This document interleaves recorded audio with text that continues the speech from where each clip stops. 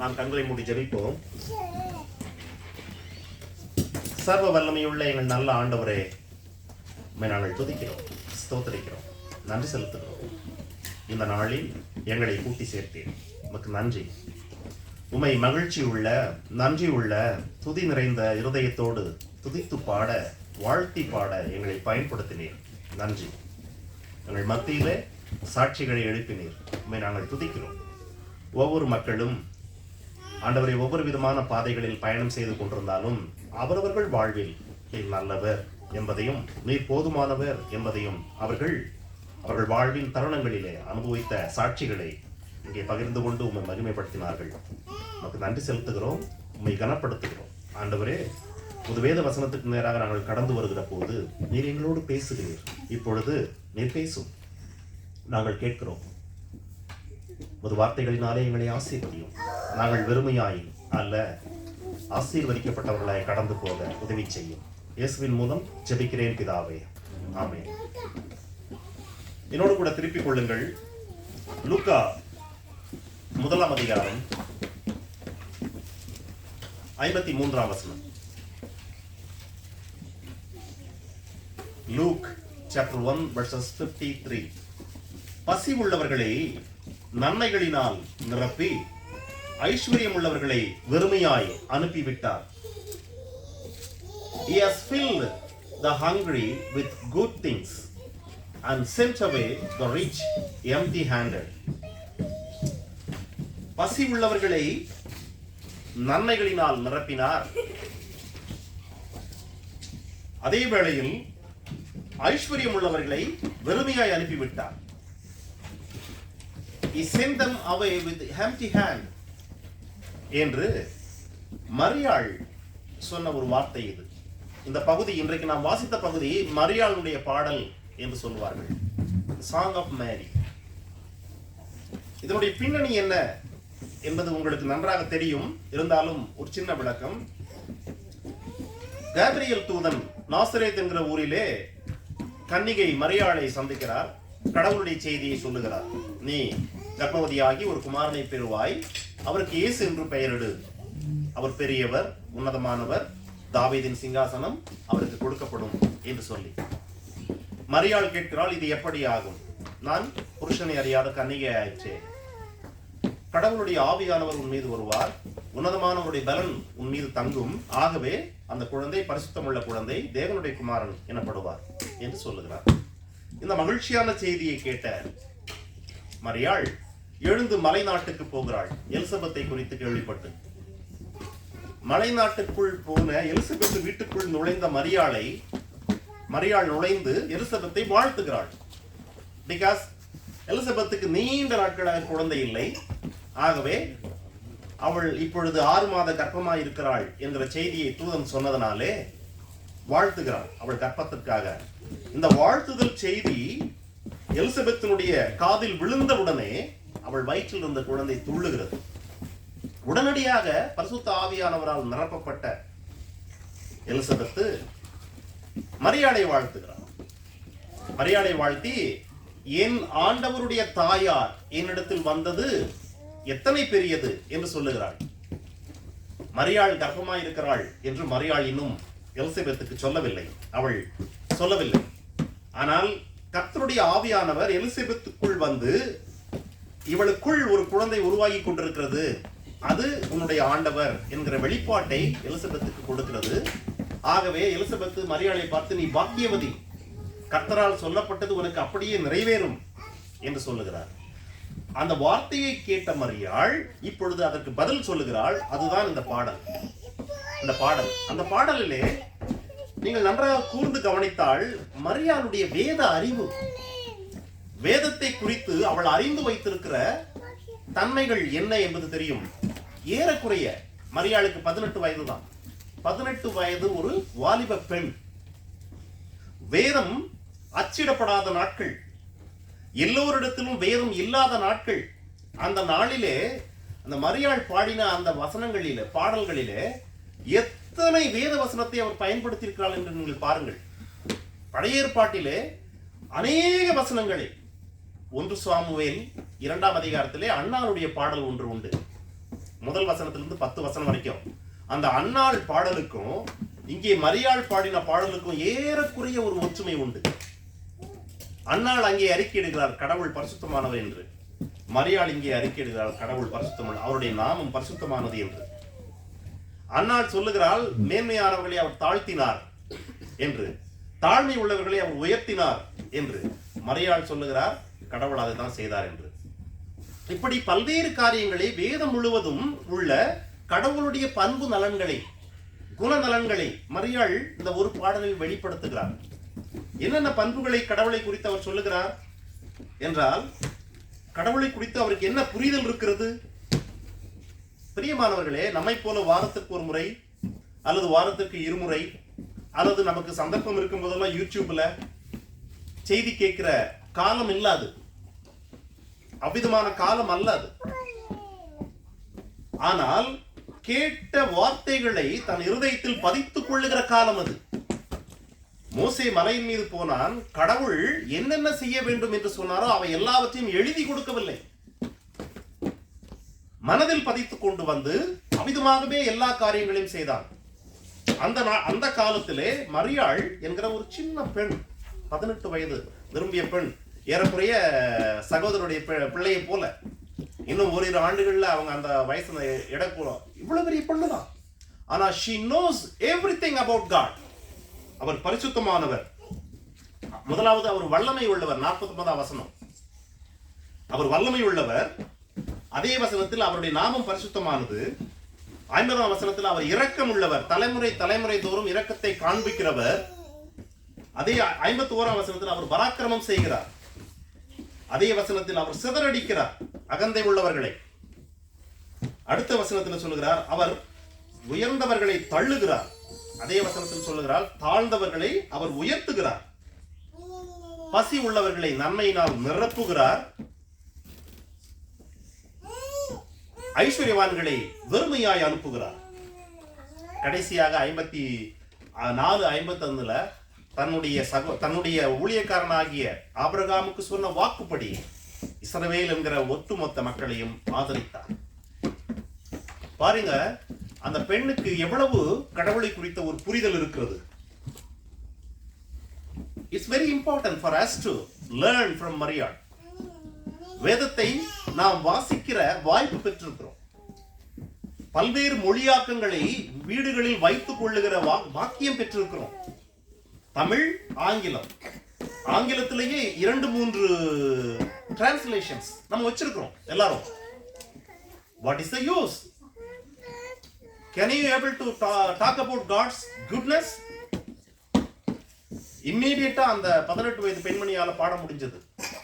God's எல்லா கேரக்டரையும் நினைச்சு கடவுளுக்கு ஒரு நன்றி. அவள் சொல்லுகிறாள் முதல் வசனத்துல 46ல, என் ஆத்துமா கர்த்தரை மகிமைப்படுத்துகிறது. அடுத்த வசனத்துல என் ஆவி அவருக்குள், அதாவது என் ரட்சகராகிய கடவுளுக்குள் களி கூறுகிறது.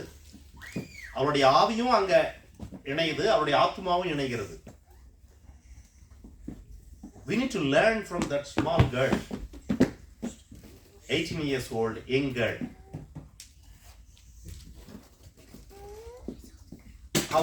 கடவுள் எவ்வளவு நல்லவர், எவ்வளவு வல்லமையுள்ளவர் என்பதை.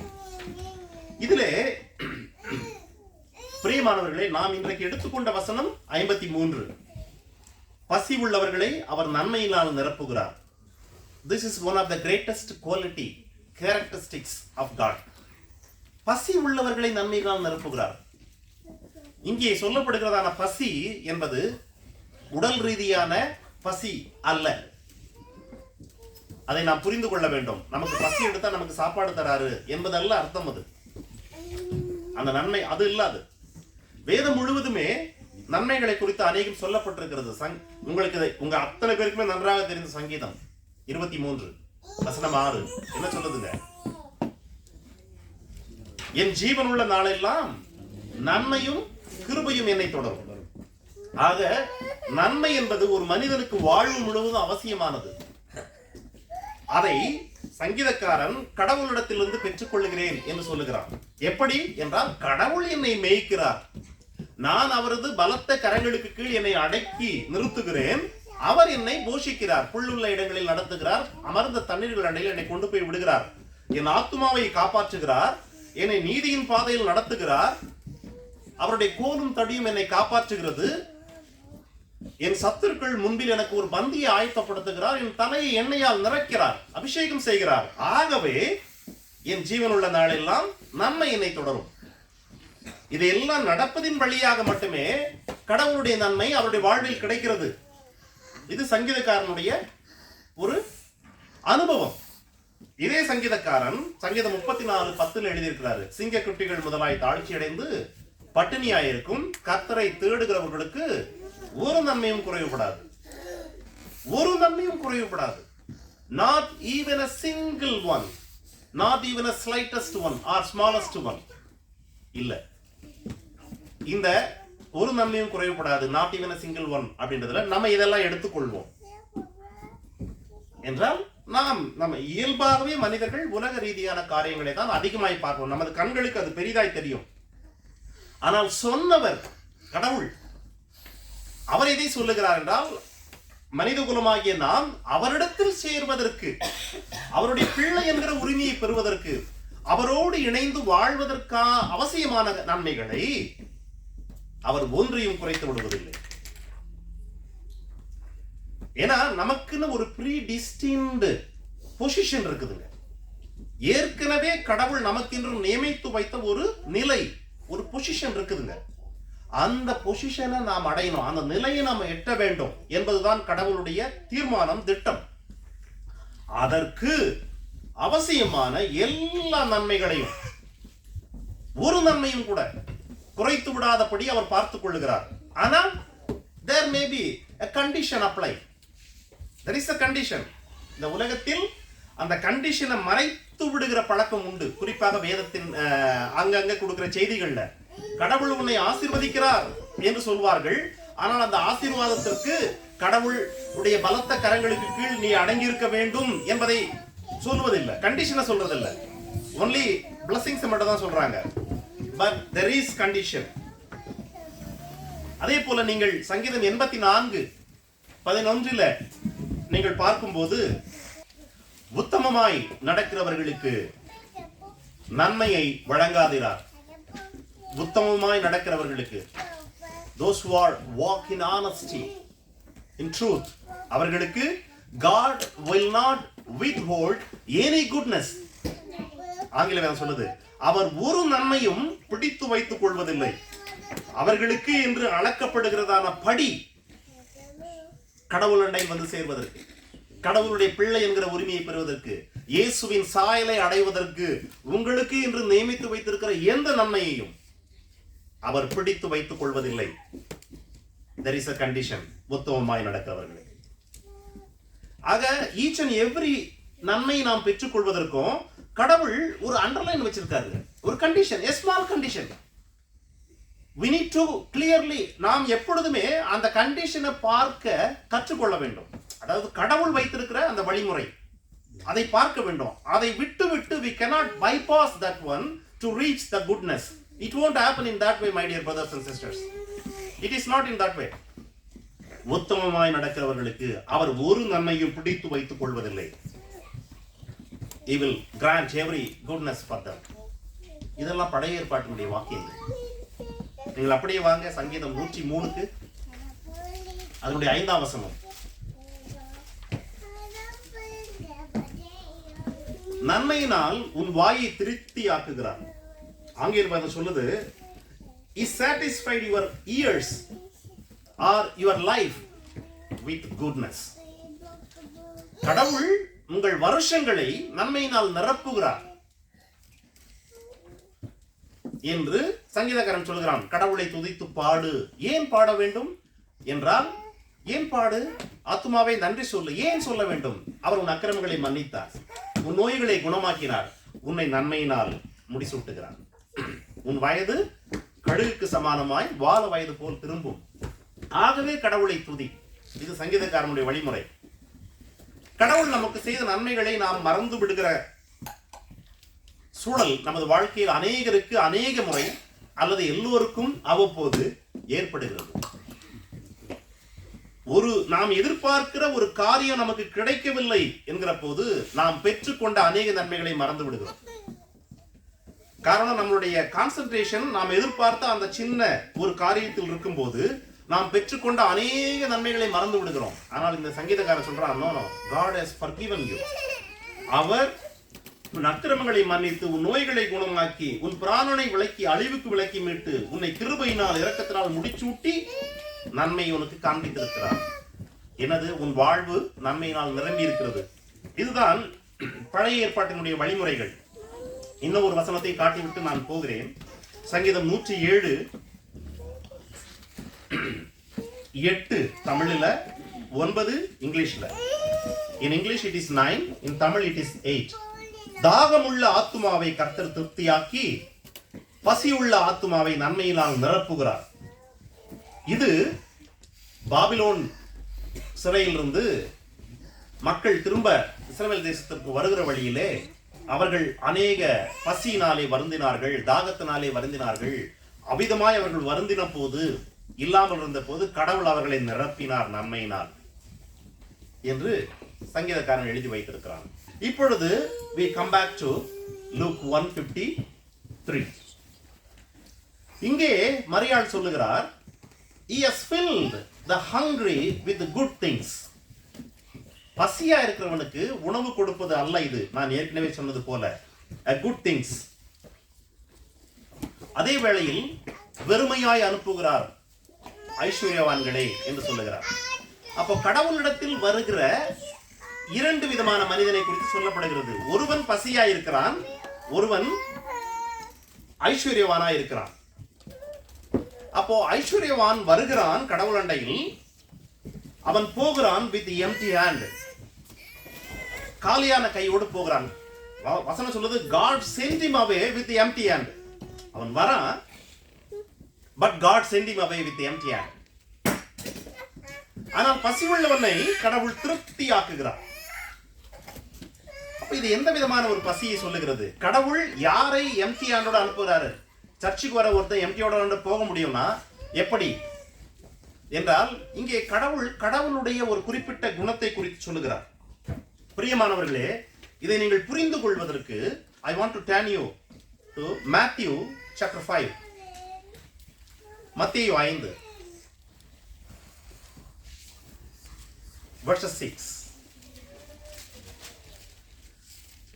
Blessed are those who hunger and thirst for righteousness, for they shall be satisfied. அங்க God will satisfy those with hungry. மரியாள் சொன்னாங்க, பசி உள்ளவர்களை அவர் திருப்தியாக்குகிறார் நன்மையினால். இங்க இயேசு சொல்லுகிறார், those who have a hunger and thirst for God's righteousness, they will be satisfied. ஆக கடவுளிடத்தில் வருகிற ஒருவன் கடவுளுடைய நீதி அவன் வாழ்க்கையில் அல்லது கடவுள் அரசாளுகிறதான இந்த உலகத்தில் அல்லது கடவுள் வாழ அனுமதித்த அவனுடைய வீட்டில் நிறைவேறுவதற்கு அவனிடத்தில் ஒரு பசி, ஒரு தாகம் இருந்தால் அவனை கடவுள் திருப்தியாக்குகிறார். ஆனால் கடவுளிடையில் வருகிற ஒருவன் கடவுளுடைய நீதி நிறைவேற வேண்டிய அவசியம் இல்லை, அதை குறித்து அவனுக்கு அக்கறை இல்லை, கவலை இல்லை, கடவுளுடைய நீதியை குறித்து என்கிறவன் கடவுளுடைய பார்வையில் ஐஸ்வர்யவான்.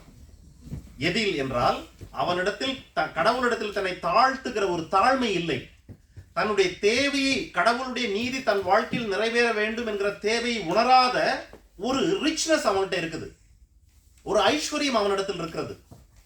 ஆகவே அவிதமான பெருமை நிறைந்த அல்லது தன் தேவையை உணராத, அதாவது தேவை எனும் பட்சத்தில் இங்கே எதை குறிக்கிறது என்றால், கடவுளுடைய நீதி தன் வாழ்க்கையில் நிறைவேற வேண்டும் என்கிற தேவையை உணராத ஒருவனை கடவுள் அண்டையில் அவன் வந்தாலும் கூட அவர் வெறுங்கையோடு திரும்பி அனுப்புகிறார்.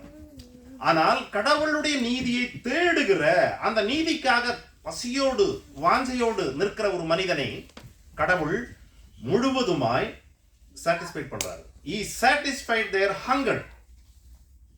இதை தான் நாம் புரிந்து கொள்ள வேண்டும். பசி உள்ளவர்களை அவர் நன்மையினால் நிரப்புகிறார் என்பது என்றால், உணவினால் நிரப்புவது வேறங்க.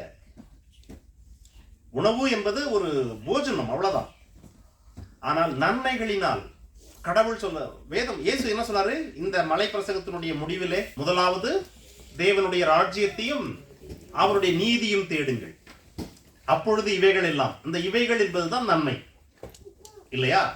அப்போ அந்த நன்மை உனக்கு வர வேண்டும் என்றால் நீ எதை தேட வேண்டும் என்றால் தேவனுடைய நீதியை தேட வேண்டும், நீதியை தேட வேண்டும். பிரியமானவர்களே, இயேசு இந்த உலகத்தில் வாழ்ந்தார் இல்லையா? வாழ்ந்தார். 30 ஆண்டுகள் அவர் இந்த உலகத்தில் வாழ்ந்தார். முதலாவது 30வது ஆண்டிலே அவர் யோவானுடைய ஞானஸ்நானத்தை போய் எடுக்க போகிறார். யோவான் அண்டையில் போகிறார். யோவான் ஸ்நானம் இடத்துல யோவான் ஸ்நானம் சொல்றாரு, நீர் என்னிடத்தில் வருகிறீரே, ஆக்சுவலா நான் தான் உன்னிடத்தில் எடுக்கணும் நானும் என்று அவர் தடை செய்யும் போது இயேசு சொல்லுகிறார், இப்பொழுது இடம் கொடு. இப்படித்தான் தேவனுடைய நீதியை நிறைவேற்ற முடியும். அந்த வசனத்தை எடுத்து படிங்க. மத்தேயு 3ஆம் அதிகாரம் 15ஆம் வசனம். But Jesus answering said to him, permit it at this time, for in this way it is fitting for us to fulfill all righteousness. கடவுளுடைய எல்லா நீதியையும் நிறைவேற்றுவதற்கு நான் இப்பொழுது இந்த பாவிகளோடு, அதாவது பாவம் செய்தவர்களே மனம் திரும்புங்கள், கடவுளுடைய ராஜ்யம் சமீபமாக இருக்கிறது என்று யோவான் சொல்றாரு. மனம் திரும்பு, கடவுளுடைய ராஜ்யம் சமீபமாக இருக்கிறது, யோவானுடைய செய்தி. அதை கேட்டு மனம் திரும்பினவர்கள் அவனிடத்தில் ஞானஸ்நானம் எடுத்தார்கள். லூக்கா சொல்லுது, லூக்கா புத்தகத்தில் எழுதியிருக்குது, தங்கள் பாவங்களை அறிக்கையிட்டு ஞானஸ்நானம் எடுத்தாங்க அப்படின்னு சொல்லி இருக்குதுங்க. which means the people came and hear the word, then they அவங்க பாவத்தை அறிக்கையிடுறாங்க, அறிக்கையிட்டு ஞானஸ்நானம் எடுக்கிறாங்க. அந்த லைன்ல இயேசு வராரு. Jesus coming in that line. அப்படி வருகிற போது யோவான் சொல்றாரு, நான் உம்மிடத்துல ஞானஸ்நானம் எடுக்க வேண்டியவன், நீர் இப்படி வர்ற அப்படின்னு இயேசு சொல்றானோ, இப்படித்தான் கடவுளுடைய நீதியை நான் நிறைவேற்ற முடியும். எப்படி? இந்த மக்களோடு இணைந்து வந்து நானும் பாவி என்று இந்த உலகம் அறிந்து கொள்ள, அதாவது பாவத்தை அறிக்கையிட்டு மனம் திரும்புகிற லிஸ்ட்ல வந்து நான் ஞானஸ்நானம் எடுக்கணும்ன்றது என் பிதாவினுடைய நீதி. அப்படி நான் செய்தால் மட்டுமே கடவுளுடைய நீதியை நான் நிறைவேற்ற முடியும். இயேசுவுக்கு இருந்த அந்த பசியை பாத்தீங்களா? the hunger. என்ன ஹங்கர்னாக்கா, he never sinned. 30 வருஷமா அந்த உலகத்தில் வாழ்ந்துட்டு இருக்காரு. he never sinned even once. அவருடைய அம்மாவுக்கு கீழ்ப்படியாம ஒரு முறையும் இருந்துடல, அவங்க அண்ணன் தம்பிங்களோட ஒரு முறையும் சண்டை போட்டுடல, அல்லது அவங்க யோசேப்பு சொன்ன எல்லா வேலைகளையும் செய்தாரு, அந்த ஊர்ல எல்லோருக்கும் உதவுனாரு, நல்ல குணம், நல்ல எண்ணம், நல்ல எல்லாவற்றையும் வைத்துக் கொண்டிருந்தார். ஒரு முறை கூட பாவம் செய்யவில்லை, ஒரு முறை கூட பாவம் செய்யவில்லை. ஆனாலும் கடவுளுடைய நீதி இந்த உலகத்தில் நிறைவேறுவதற்கான துவக்கமே அவர் ஞானஸ்நானம் எடுத்தாதான் என்பதை அவர் புரிந்து வைத்திருந்தார். அவர் சொல்றாரு, இப்படி எல்லா நீதியும் நிறைவேற்றுவது எனக்கு ஏற்றதா இருக்கிறது. ஆகவே I want to seek the righteousness of God. அந்த இயேசு தான் சொல்றாரு, நீதியின் மீது பசிதாகம் உள்ளவர்கள் பாக்கியவான்கள், அவர்கள் திருப்தி அடைவார்கள். அப்போ you need to have hunger. என்ன hunger என்றால், கடவுளுடைய நீதி என் வாழ்க்கையில், என் குடும்பத்தில், என் சபையில் அல்லது இந்த உலகத்தில் நிறைவேற வேண்டும் என்கிற பசி நமக்கு இருக்க வேண்டும். அந்த பசி நமக்கு இருக்கும் போது, இப்போ அவங்க சிஸ்டர் சாட்சி சொன்னாங்க, தாரி என்ன சொன்னாங்க, நேற்று இரவு முழுவதும் ஒவ்வொரு 1 மணி நேரத்துக்கு நான் பிள்ளைகளை தொட்டு பார்த்துட்டு இருந்தேன். அவங்களுக்கு இந்த பசி என்னன்னாக்கா, எப்படியாவது இன்னைக்கு காலையில் சர்ச்சுக்கு போயிடணும், அந்த பசி. அது போல அது ஒரு சின்ன விஷயம்தான். பட் கடவுளுடைய நீதி, அவருடைய நீதி என்றால் அவர் விரும்புகிறது, அவருடைய சித்தம், அவர் வைத்திருக்கிற திட்டம், என்னை குறித்தாகட்டும் உங்களை குறித்தாகட்டும், அவர் வைத்திருக்கிறதான அந்த திட்டம் என் வாழ்க்கையில் நிறைவேற வேண்டும் என்கிற பசி எனக்கு இருக்க வேண்டும். என்னுடைய யோசனைகள் அல்லது என்னுடைய வாஞ்சை, என்னுடைய ஆசை நிறைவேற்றிக் கொள்ள எனக்கு ஒரு பசி இருக்கும் எப்பவுமே, அல்லது உங்களுக்கு இருக்கும் ஒரு பசி உங்களுடைய திட்டங்களை நிறைவேற்ற. அதையெல்லாம் இங்கே கடவுள் சொல்வது, கடவுளுடைய சித்தம், கடவுள் உங்களை குறித்து கொண்டிருக்கிற சித்தம் அல்லது கடவுள் என்னை குறித்து கொண்டிருக்கிற சித்தம் நிறைவேறுவதற்கு எனக்கு ஒரு பசி இருக்க வேண்டும். அதை தான் கடவுள் இங்கே சொல்லுகிறார். இயேசுவுக்கு அந்த பசி இருந்துச்சு, இயேசுவுக்கு அந்த பசி இருந்தது. ஆகவே அந்த பசி இருந்து அதை செயல்படுத்தின அவர் சொல்லுகிறார், நீதியின் மீது பசிதாகம் உள்ளவர்கள் பாக்கியவான்கள், அவர்களை கடவுள் திருப்தியாக்குவார். they will be satisfied, அவர்கள் திருப்தியாவார்கள் என்று சொல்லுகிறார். we need to learn that one, my dear brothers. நான் ஒரு வசனத்தை காட்டி முடிக்கிறேன். 1 கொரிந்தியர் 1 அதிகாரம் 31 தமிழில், 30 ஆங்கிலத்தில், 30 in English, 31 in தமிழ். அவரே, அதாவது இயேசுவே தேவனால் நமக்கு ஞானமும் நீதியும் பரிசுத்தமும் மீட்புமானார். பசி உள்ளவர்களை அவர் திருப்தியாக்குகிறார் என்று நாம் பார்த்தோம். இயேசு சொன்னார், இப்படிதான் கடவுளுடைய நீதியை நிறைவேற்ற வேண்டும் என்று. அந்த இயேசு போதித்தார், நீதியின் மீது பசிதாகம் உள்ளவர்கள் திருப்தி அடைவார்கள் என்று சொல்லி, அந்த இயேசுதான் நாம் ஒவ்வொருவருக்கும் நீதி என்று வேதம் சொல்லுகிறது. இயேசுதான் நமக்கு நீதி. Jesus is our righteousness. இப்போ நீதியின் மீது பசிதாகம் உள்ளவர்கள் பாக்கியவான்கள். அப்ப யார் மேல நம்ம பசிதாகம் உள்ளவர்களா இருக்க வேண்டும்? இயேசுவின் மீது. because Jesus is our righteousness. இயேசுவின் மீது நமக்கு பசி இருக்கிறதா? இயேசு கடவுளுடைய நீதியை நிறைவேற்றுவதற்கு எந்த எல்லைக்கும் சென்றார். அது எந்த எல்லை என்றால், பாவியோடு தன்னை அடையாளப்படுத்திக் கொள்ளவும் அவர் ஆயத்தமாயிருந்தார். பாவிகளோடு அமர்ந்து சாப்பிடவும் அவர் ஆயத்தமாயிருந்தார். பரிசேயர்கள் பாவிகளை, ஆயக்காரர்களை ஒத்துக்கொள்வது இல்லை, அவர்களோடு அமர்ந்து சாப்பிடுவது இல்லை. ஆனால் இயேசு அவர்களோடு அமர்ந்து சாப்பிடவும் தன்னை வைத்துக் கொண்டார். காரணம், அவருக்கு கடவுளுடைய நீதி நிறைவேற வேண்டும். அதன் மீது அவருக்கு பசி இருந்தது. பிரியமானவர்களே, இயேசுவின் மீது நமக்கு பசி இருக்கிறது என்பது எப்படி வெளிப்படும் என்றால், இயேசுவின் வார்த்தைகளை நாம் செயல்முறையில் செய்யும் போது இயேசு என்கிற கடவுளுடைய குமாரன் பாவமே இல்லாமல் வாழ்ந்த அவரே பாவிகளோடு அடையாளப்படுத்திக் கொண்டு ஞானஸ்நானம் எடுக்கிறார் எனும்போது, இயேசுவை விசுவாசிக்கிறேன் என்று சொல்லி சபையில் காலகாலமாக அமர்ந்து கொண்டு ஆனால் ஞானஸ்நானம் எடுத்துக் கொள்ளாமல் இருக்கிற மக்கள் இயேசுவின் மீது பசியோடு தாகத்தோடு இருக்கிறார்கள் என்று எப்படி எடுத்துக்கொள்ள முடியும்? எப்படி எடுத்துக்கொள்ள முடியும்? if you have hunger for righteousness of God, கடவுள் சொன்னார், தேவனுடைய ராஜ்யத்தை நீ தேடும் போது, அவருடைய நீதியை தேடும் போது எல்லாம் உனக்கு கூட்டி கொடுக்கப்படும். அவருடைய நீதி எது? இயேசு. Jesus is our righteousness. if you want to go to Jesus, what is the way for you? அவர் சொன்னார், விசுவாசம் உள்ளவனாகி ஞானஸ்நானம் பெற்றவன் ரட்சிக்கப்படுவான். விசுவாசம் உள்ளவனாகி ஞானஸ்நானம் பெற்றவன் ரட்சிக்கப்படுவான். அப்ப விசுவாசம் இல்லாமல் ஞானஸ்நானம் பெறாதவன், வசனம் சொல்லுது, ஆக்கினை தீர்ப்படைவான். மார்க் 16 அதிகாரத்தினுடைய அந்த வசனம். பிரியமானவர்களே, கிறிஸ்துமஸ் காலத்துல நாம் இருக்கிறோம். கிறிஸ்துமஸ் இயேசு எதற்கு வந்தார் இந்த உலகத்திற்கு? என்னையும் உங்களையும் கடவுள் அண்டையை இணைப்பதற்கு, அதற்கான எல்லா விலையும் செலுத்துவதற்கு. அவர் செலுத்தி விட்டார். அவர் வழியை ஏற்படுத்தி விட்டார். வாழ்வு முறையை காட்டி விட்டார். இப்பொழுது அவர் சொல்லுகிறார், நான் தான் அந்த நீதி. அதன் மீது பசியா இருந்தால் நீ திருப்தி அடைவாய் என்று சொல்லுகிறார். நான் பசியா இருக்கிறேன் என்பதை காட்டுவதற்கு எனக்கு ஒரு வழி, நான் இயேசுவை தேடுவது, இயேசுவின் வார்த்தைகளை கேட்பது, அதன்படி செய்வது, என்னை ஒப்பு கொடுப்பது இல்லையா? Now I am asking you, are you hungry? காலையில சாப்பிட்டு வந்திருப்பீங்க, அதனால இப்ப உங்களுக்கு பசி இருக்காது. நான் அந்த சாப்பாடை பத்தி சொல்லல. I am talking to you, are you hungry for the righteousness of God? கடவுளுடைய நீதிக்காக பசியா இருக்கிறீர்களா? If you are, then God says you will be satisfied. You will be satisfied. He will not withhold any good things from you. எந்த ஒரு நன்மையும் அவர் பிடித்து வைத்துக் கொள்ள மாட்டார். Because you are hungry for God's righteousness. That's a base, my dear brothers. நல்ல பசியா இருங்க. ஆவிக்குரிய வாழ்க்கையில பசியா இருங்க. Always be hungry. Be hungry. நம்ம பிள்ளைகளை வளர்ப்பதில் be hungry. We need to raise our children for God's glory. Be hungry. Husband and wife வாழ்ற வாழ்க்கையில be hungry. You need to be. நீங்கள் இருவரும் இணைந்துதான் கடவுளுடைய அந்த நன்மையை சுதந்தரிக்க போகிறவர்கள்.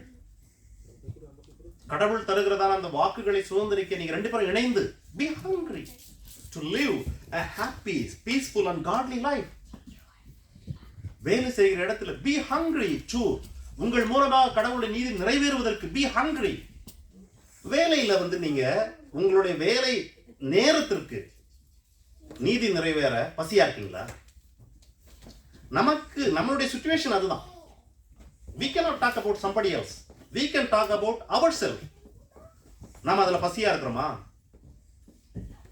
கடவுளுடைய நீதி நிறைவேறுவதற்கு உங்களுக்கு என்று எலிஜிபிலிட்டி இருக்குல்ல, அது எல்லாமே நீங்கள் இந்த தேசத்தில் பெற்றுக்கொள்ள சட்டம் இருக்குதுங்க.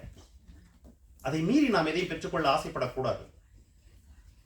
So, my dear brothers, நம்மளுடைய பசி தாகம் நீதியின் மீது இருக்கும்போது கடவுள் நம்மை திருப்தியாக்குகிறார். He will satisfy us. இப்போ நீங்க இந்த விஷயத்தை அப்படியே பாருங்க. He will send away with the empty hand. இப்போ வார சபைக்கு வருகிற ஒரு மனிதன் அல்லது ஒரு பெண்மணி கடவுளுடைய நீதி தன் வாழ்க்கையில் நிறைவேற வேண்டும் என்று பசி இல்லை என்றால் கடவுள் அவர்களை வாரம் தவறாமல் வெறும் கையோடு அனுப்புகிறார். அவர்கள் கடவுளை துதித்து பாடுகிறார்கள், சாட்சிகளை சொல்லுகிறார்கள், ஜெபங்களை ஏறெடுக்கிறார்கள், வசனங்களை கேட்கிறார்கள், காணிக்கை போடுறாங்க. அவங்களுடைய எல்லா ரொட்டீனும் பக்காவா இருக்குது. According to the outsider, they were wonderful Christian. According to the outsider. But God said, each day, when he comes, God send him away with empty hand. Reason என்ன? பசி இல்லை. அவன் ரிச்சா இருக்கிறானா? பணத்துல ரிச்சா இல்லை. It was not talking about that one. பணத்துல ரிச்சை பற்றி சொல்லல. He was very rich. In his case, கடவுளுடைய நீதி இல்லை, அவன்கிட்டயே நிறைய நீதி இருக்குது. ஆகவே he don't have any hunger on God's righteousness. கடவுள் வெறுமையாகவும் அனுப்புவார் கடவுள். My dear brothers, many of the people, Christians, even today in all over world, after church they are going empty-handed. Hand-handed means empty heart, which means they not receive anything from God. கடவுள் எதையும் கொடுப்பதில்லை அவர்களுக்கு. I want each and every one of you, whenever you come to God's presence, you have to be a blessed, satisfied person by God. அதற்கு ஒரே வழி, you need to have a hunger on God's righteousness. By having hunger, always you will be satisfied. God will not withhold any goodness from you. உன் ஜீவனுள்ள நாளெல்லாம் நன்மை உன்னை தொடரும் என்று வேதம் சொன்னது உன் வாழ்க்கையில் நிறைவேறும். May God bless you. நாம் கண்களை மூடி ஜெபிப்போம். நல்ல ஆண்டவரே, நாங்கள் துதிக்கிறோம், ஸ்தோத்திரிக்கிறோம். நீர் நல்லவர். பசி உள்ளவர்களை நன்மைகளினால் திருப்தியாக்குகிறீர். ஐஸ்வர்யம் உள்ளவர்களை வெறும் கையோடு அனுப்பி விடுகிறீர் என்று மரியாள் பாடின பாடல் வழியாக நாங்கள் கர்த்தருடைய நீதி நிறைவேறும்படியாய் நாங்கள் கர்த்தருடைய நீதியின் மீது பசிதாகம் உள்ளவர்களாய் இருக்க வேண்டும். இயேசு நீதி நிறைவேறும்படியாய் பசியாய் இருந்தார். அதே வண்ணமாக நாங்கள் பசியாய் இருக்க வேண்டும். இருந்து நாங்கள் அப்படி இருக்கும்போது நீர் எங்களை திருப்தியாக்குகிறீர் என்று நாங்கள் கற்றுக்கொண்டோம். இயேசுவே எங்களுடைய நீதி. கடவுள் இயேசுவை எங்கள் நீதியாக வைத்திருக்கிறார் என்று நாங்கள் பார்த்தோம். இன்றைக்கு இந்த வசனத்தை கேட்ட உமது பிள்ளைகளாகிய எங்கள் அன்பு சகோதரர்கள் ஒவ்வொருவரும் நீதியின் மீது பசிதாகம் உள்ளவர்களாய், நன்மையினால் நிரப்பப்படுகிறவர்களாய் இருக்க மாற உதவி செய்யும் ஆண்டவரே. ஒருவரும் வெறும் கையோடு திரும்பி போய்விடாத படிக்கு, அப்படி திரும்பி போகிறவர்களாய் இல்லாத படிக்கு நீர் அவர்களுக்கு உணர்வு தர வேண்டும் என்று ஜெபிக்கிறேன். பொறுப்படுத்திக் கொள்ளும் இயேசுவின் மூலம் ஜெபிக்கிறேன். ஆமென்.